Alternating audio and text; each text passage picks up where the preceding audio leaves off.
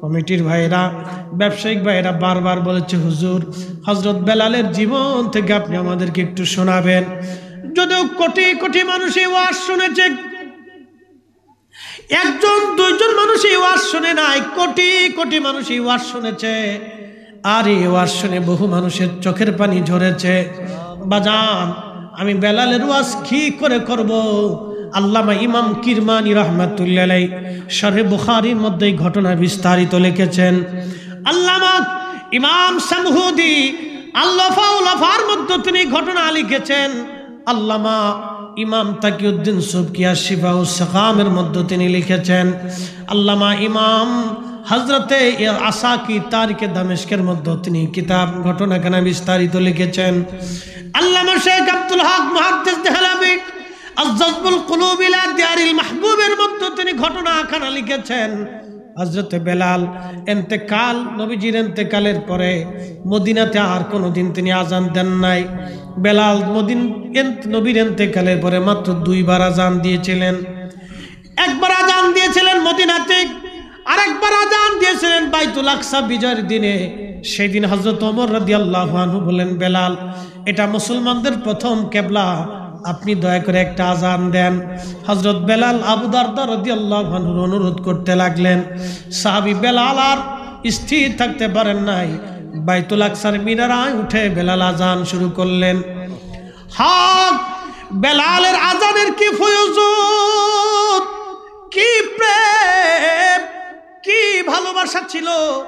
সেই দিন বাইতুল আকসার হাজার হাজার মানুষ কেঁদেছিল। এমনকি হযরত আমর রাদিয়াল্লাহু আনহু কাঁদতে কাঁদতে বেহুশ হয়ে গিয়েছিলেন। হযরত আবু দারদা রাদিয়াল্লাহু আনহু কাঁদতে কাঁদতে মাটির মধ্যে শুয়ে পড়েছিলেন, পেরেশান হয়ে গিয়েছিলেন। নবী বিরহ বেদনা ওনাদের কলিজায় উঠেছিল।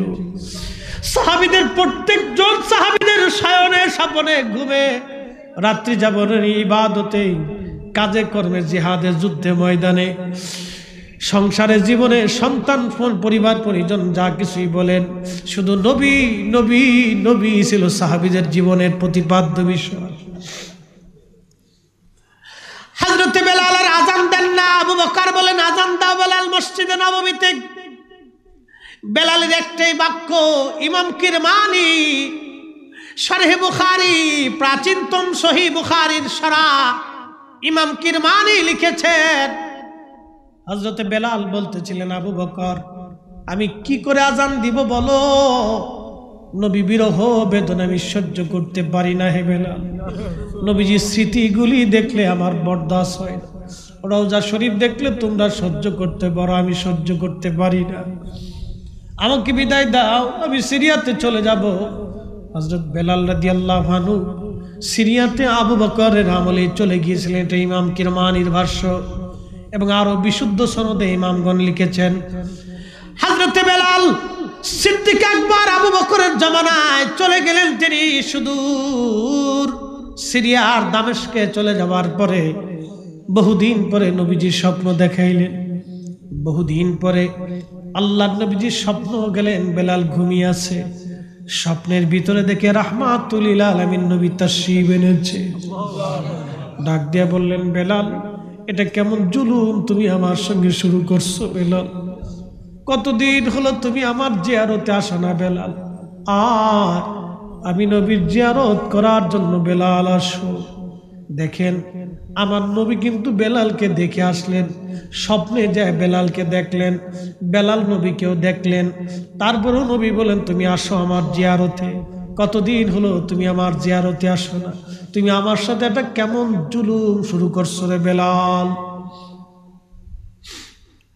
ও নবীর উম্মত, কোন কোন বর্ণনাতে আসছে বেলাল ওইভাবেই খালি পায়ে রওনা দিচ্ছে, কোন কোন বর্ণনাতে বেলাল সোয়ারির উপরে চড়ে সুদূর দামেস্ক থেকে মদিনা মুনওয়ারা আসছে। তখন ছিল তাহাজ্জুদের সময়, রওজা শরীফের জালি মোবারক দিয়ে তখন ঘেরা ছিল কাঠের জালি। রওজা শরীফের পাশে এসে বেলাল রাদিয়াল্লাহু আনহু বসে বসে কাঁদতেছে। রওজা শরীফের সঙ্গে মাথা ঠেকে বেলাল কাঁদে, হুজুর আমি আসছি, গোলামকে আসতে বলেছিলেন, গোলাম এসে গেছি ইয়া রাসূলুল্লাহ। নবীজি আমি আসছি আপনার ডাকে, হুকুম করেছিলেন আমি আসছি। ইয়া নবী আল্লাহ, আমি এসে গেছি। হুজুর আমি আসছি। এমন সময় নতুন মুয়াজ্জিন এসে দেখলো বেলাল আসছে। নবীর মুয়াজ্জিন আসছে, বেলালের আযান শোনার জন্য সব সাহাবীরা পাগল ছিল। ঘোষণা দিতে শুনছো সাহাবীরা বেলাল আসছে। হযরত সাহাবী একরাম ঘর থেকে বের হয়ে মসজিদে নববীতে চলে আসলেন। এসে দেখতেছে নবীর মুয়াজ্জিন রওজার পাশে বসে বসে কাঁদে। সাহাবীরা বলেন, বেলাল আযান দাও, কতদিন হলো তোমার সে কণ্ঠের আযান আমি শুনি না। বেলাল রে আযান দাও, আমরা সে আযান শুনতে চাই।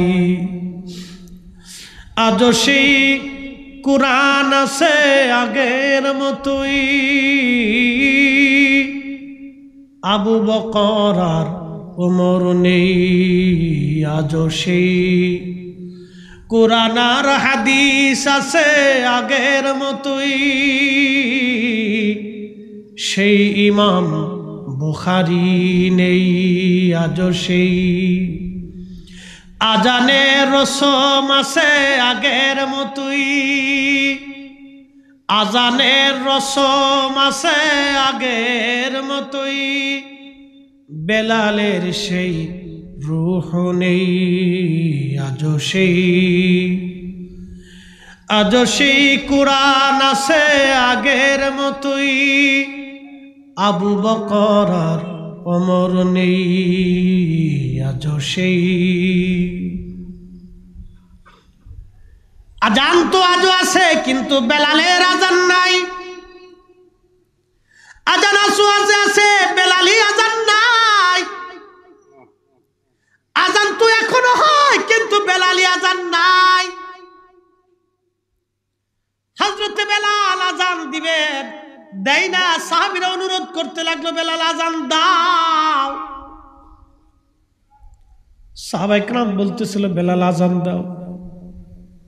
বেলালের একটাই বাক্য, না, নবীর ইন্তেকালের পরে আমি আর কোনোদিন এখানে আজান দিইনি, এখন আজান দিব। বেলাল আবেগ ভরা কণ্ঠে এরকম বলতে লাগলেন, এখন আজান দিব। বলো নবী কি আসবে? আগে আজান দিলে নবী আসতো, এখন আজান দিলে কি নবী আসবে নি? বলো। বেলাল রাদিয়াল্লাহু আনহু আবেগ ভরা দিয়ে কাঁদতেছিলেন।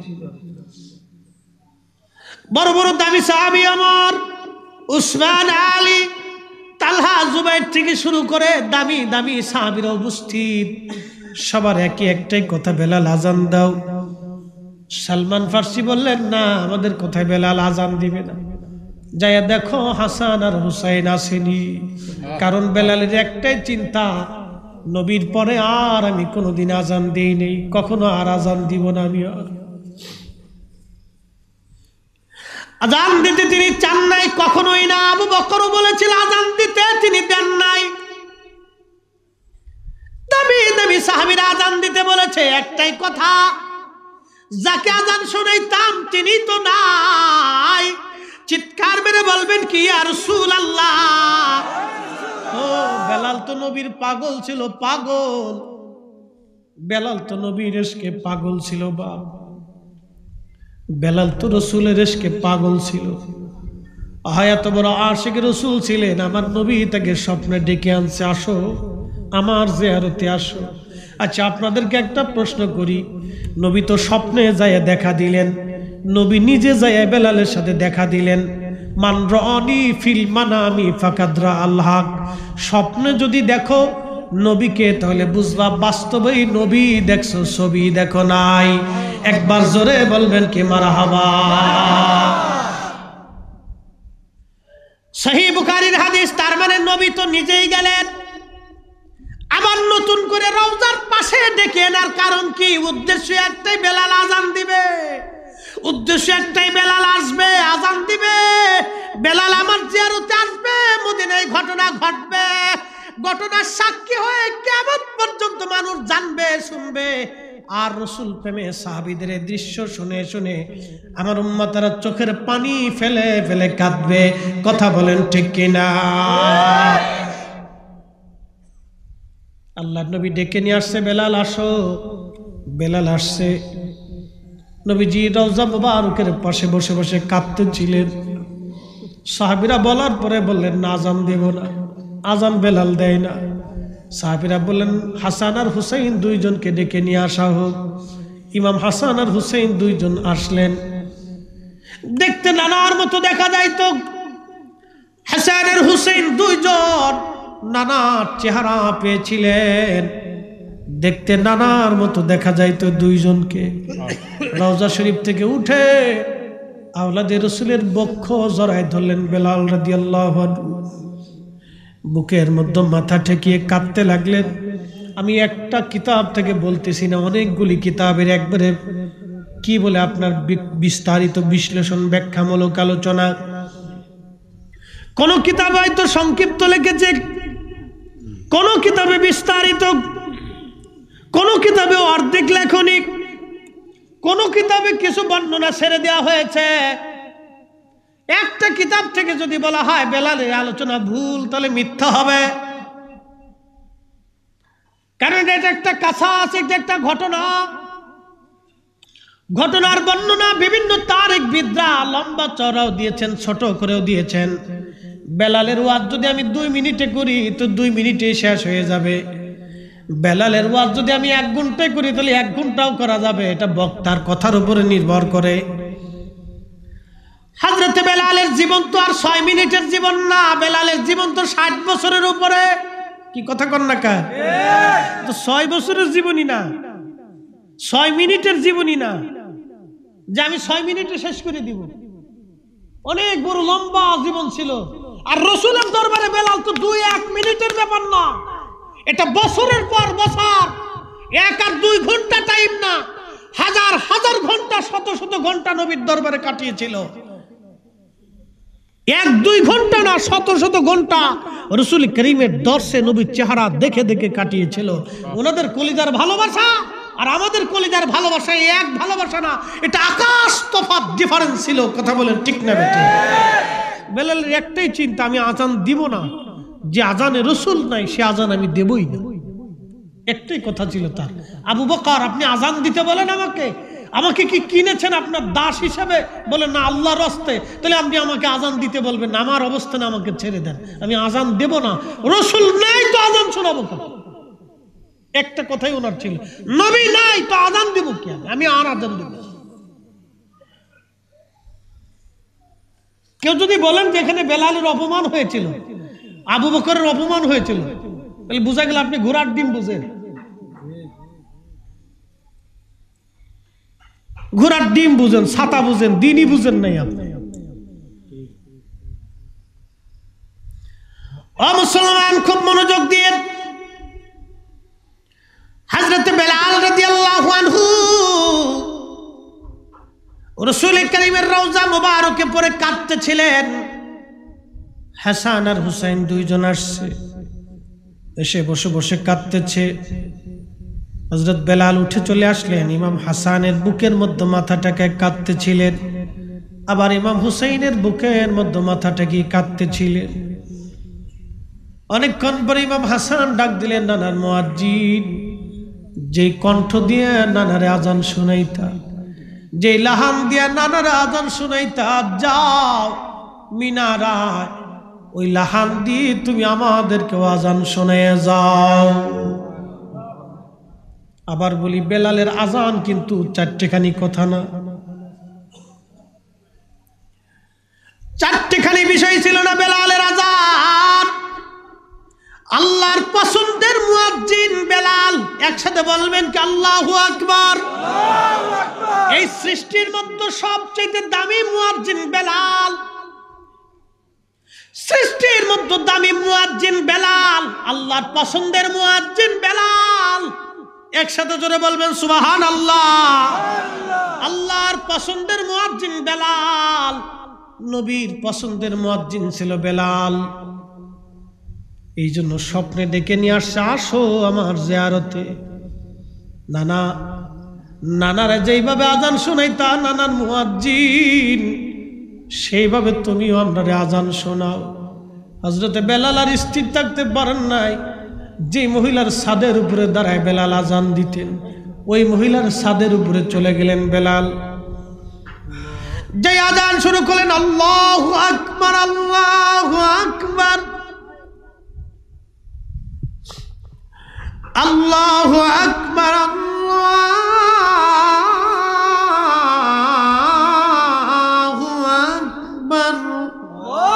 আকবার,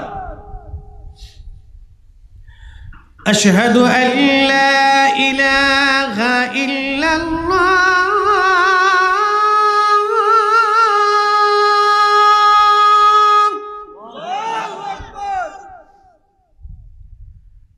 আশহাদু আল্লা ইলাহা ইল্লাল্লাহ।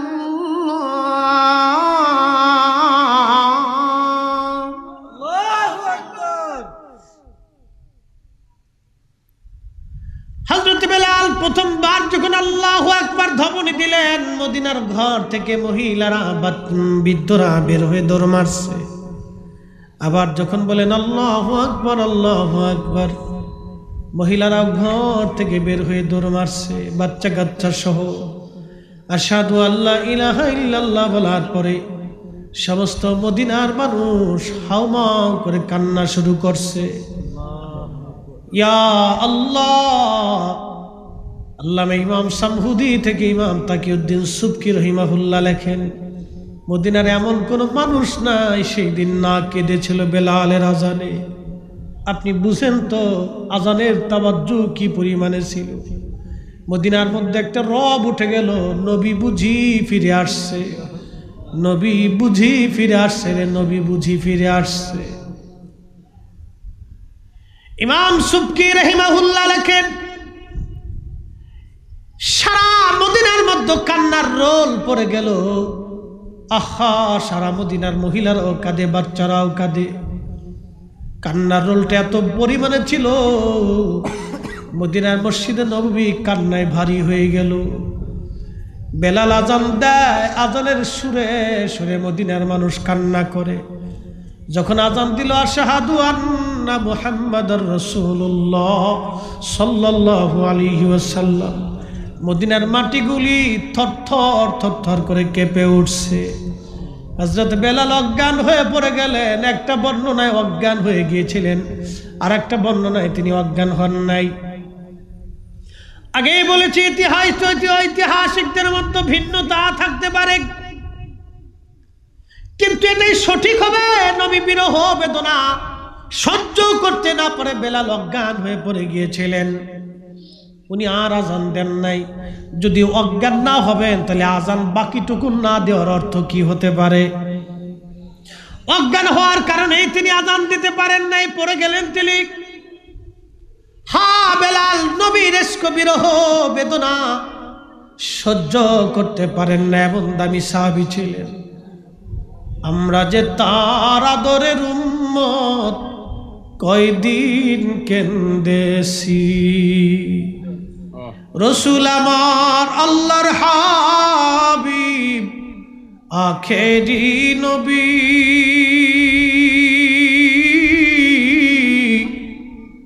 আমরা যে তার আদরের উম্মত, কয়দিন কেন্দেছি। আমরা যে তার আদরের উম্মত, উম্মতের করলাম কি। হযরত বেলাল বেহুশ হয়ে গেলেন। আজান দেওয়া বন্ধ হয়ে গেল বেলালের। আর কোনো দিন তিনি আজান দেন নাই। নবীর ইন্তেকালের পরে দুইটা আজান বেলাল দিয়েছিলেন, একটা মদিনাতে। সারা মদিনার মানুষ সেই দিন কেঁদেছিল বেলালের আজানে। হা হা, বুঝতেই তো পারছেন, একজন আশিককে ডাকার জন্য নবী গেছে, আসো। কতদিন হলো তুমি আমার বিরহ বেদনা, কতদিন হলো তুমি আমার জিয়ারতে আসো নাই। ওই প্রেমিক হৃদয় নিয়ে বেলাল চলে গেলেন। মদিনা থেকে দামেস্ক চলে গেলেন। আবার মদিনার থেকে দামেস্ক যাওয়ার পরে আর কোনোদিন তিনি ফিরে আসেন নাই। ওই অবস্থায় বিরহ বেদনা নিয়ে বেলাল মারা গেলেন। আহা, রসুল বিরহ বেদনা নিয়ে বেলাল মারা গেলেন। নবী বিরহে বেদনা নিয়ে বেলাল মারা গেলেন। বন্ধু আমার, কলিজার ভিতরে রসুল মোহাব্বত নিয়ে তিনি চলে গেলেন। এইভাবে ছিল সাহাবীদের জীবন। প্রত্যেকটা মৃতপ্রায় জীবনগুলি জীবন পেয়েছিল নবীর ছোঁয়ায়। যে হৃদয়গুলি দিন দুপুরে মানুষ হত্যা করত, জীবন্ত কন্যা সন্তানদেরকে মাটির নিচে পুঁতে ফেলত, সে জীবনগুলি নবীর সোহবতে এসে পাপের চিন্তায় পেরেশান হয়ে তাদের হৃদয়গুলি কেঁদে কেঁদে কেঁদে কেঁদে পানি ঝরিয়েছে। নবীর বিরহ বেদনা এত কঠিন, একটা উট পর্যন্ত সহ্য করতে না পেরে কুয়ার মধ্যে ঝাঁপিয়ে পড়ে আত্মহুতি দিয়েছিল।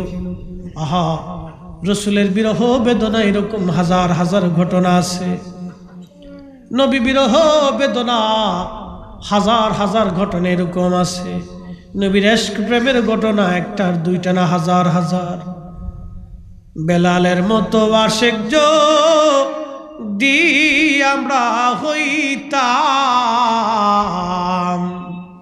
এ দুনিয়ায় নবীর দেখা পাইতাম, এ দুনিয়ায় নবীর দেখা পাইতাম।